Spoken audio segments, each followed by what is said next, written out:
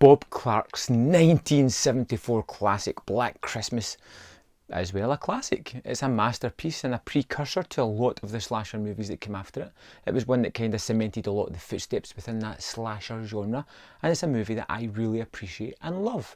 And when 2006 rolled round and the remake came out, I went and saw it. Now that got a lot of hate, but I genuinely enjoyed that one. I thought it was a lot of fun, kind of updated towards the sensibilities that were going on at that time, and was genuinely a surprise for me and something that I've went back to a couple of times, and I do really like it. 2019 comes and we're getting another remake of Black Christmas from Blumhouse, no less, who have a kind of spotty record so far, but I'm willing to go and check out what this new Black Christmas has to offer, and the answer is simple: nothing. Nothing at all. For all intents and purposes, it should have been called Woke Christmas, because it seems more intent on hammering this, I can't even say, like, subtly placed thematics throughout it, just beating you over the head. For the first 30 minutes of the movie, all you get is basically what the themes of the movie are, and just political correctness and just this woke culture and just everything just beating you over the head constantly. And you're like, where's the characters? Where's the story? Where is this going? Where is it pointing to?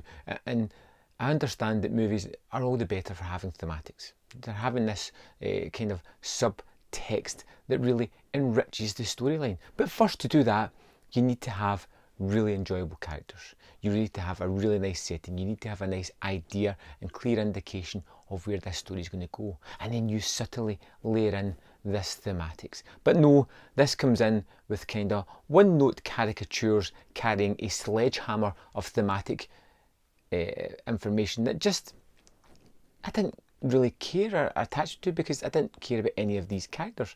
Our main character is Imogen Poots, an actress I just think is tremendous. I've loved her in just about everything she's in, and to be fair, in here with what she's got to do, she does fairly well.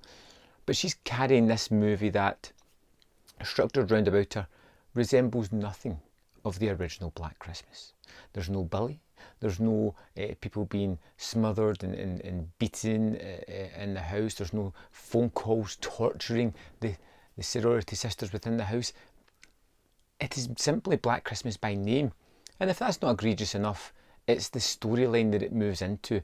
It's so ham-fisted, it's so forced down your throat, it's so lacking any kind of finesse or subtlety whatsoever, that it just makes you roll your eyes and feel aggrieved at what you're missing out on. As with most kind of horror movie slashers these days, you get an opening kill, which is kind of nicely set up, but has some really strong inconsistencies almost immediately. Now, we have this killer that seems to teleport round about our geography of the scene that it's happening in. And in one scene, it's unforgivably changed to the killer is behind her. She runs to the door of a house, chapping, help, help, and the door opens and the killer is there. There's no reasoning as to how quickly he managed to get from there to, I'm assuming, the back entrance to get in.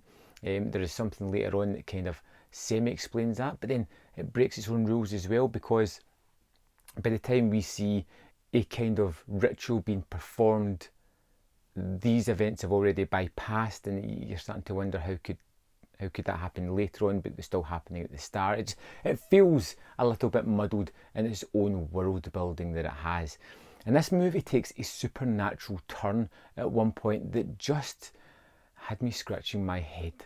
There is so many scenes in this that just made me feel as if I was going through a slog, as if I was struggling to just get from A to B. And it's a 90-minute movie, less if you take off the credits, and it feels so long. I was checking my watch in the cinema, which is something I rarely do, because I just wanted to get to the end, to get the hell out of there and away from this abomination of a Black Christmas movie.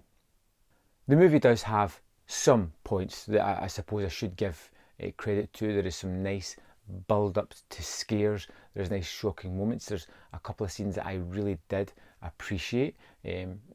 Now, the direction isn't great all the way throughout, but there are some moments of brilliance within it. There is one scene where it's just a static camera in a hallway where you can see several entrances and exits in some shaded areas, and you know something's coming, and the camera moves ever so slightly, just almost you could barely notice it. And that was a nice played out scare scene. Some of the other scares seem a little bit forced and trite and typical of this subgenre, you know, the slasher genre.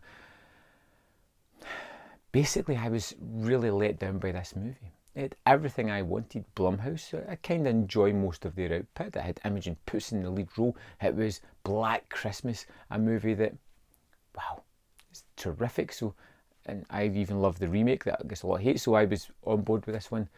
But I found myself, for the first time in a long while, actively disliking and hating a movie while sitting there, hoping it was going to end, rolling my eyes at the more crazy moments that kept coming and coming and coming and becoming more and more ludicrous.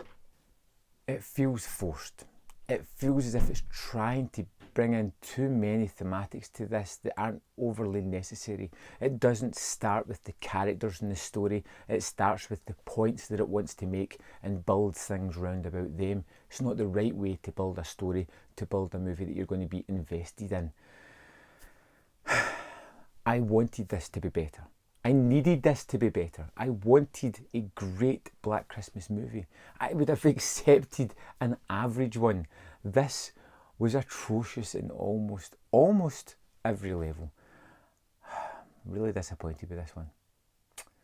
Have you seen Black Christmas? Let me know in the comment box if you were unfortunate enough to see this. And if you liked it, drop a comment as to why you liked it. Give an alternative point of view. And I'll see you next time on Man vs. Film.